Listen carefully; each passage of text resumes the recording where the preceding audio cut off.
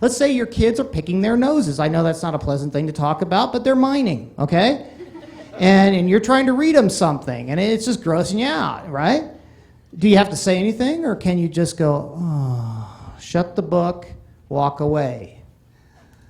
Well, why you stop? Oh, something about a finger being someplace it's not supposed to be, but I'm sure you guys can figure it out.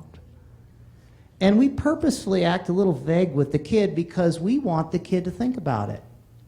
See, if I say to the kid, well, because you were picking your nose and eating it, that's disgusting. Then the kid doesn't have to think anymore about it, and we have an argument. But if I can say, oh, something about a finger being someplace it's not really supposed to be, I don't know, we'll try again later. See, I want those kids thinking as much as they can. And are there a lot of applications for this? I'm thinking about the grocery store again, because that can be a difficult thing. And have you noticed that there are basically two different types of parents in every grocery store parking lot? Have you noticed that?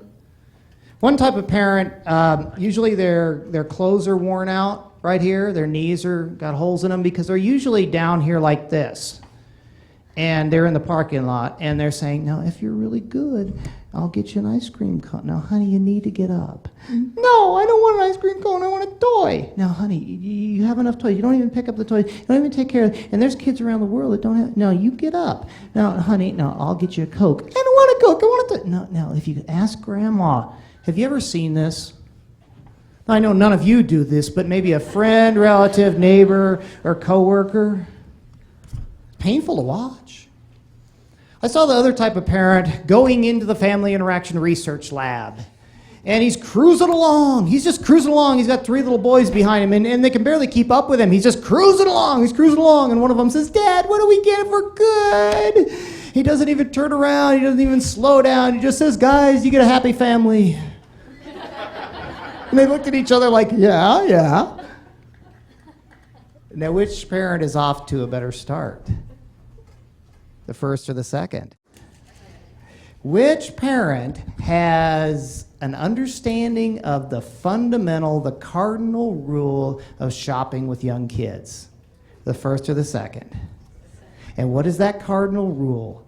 Keep on trucking. Do not stop. It ought to be so brisk that the kids are kind of, hold on. And see, if they get stalled a little bit, what's fun to do is you just speed up and hide behind an end cap.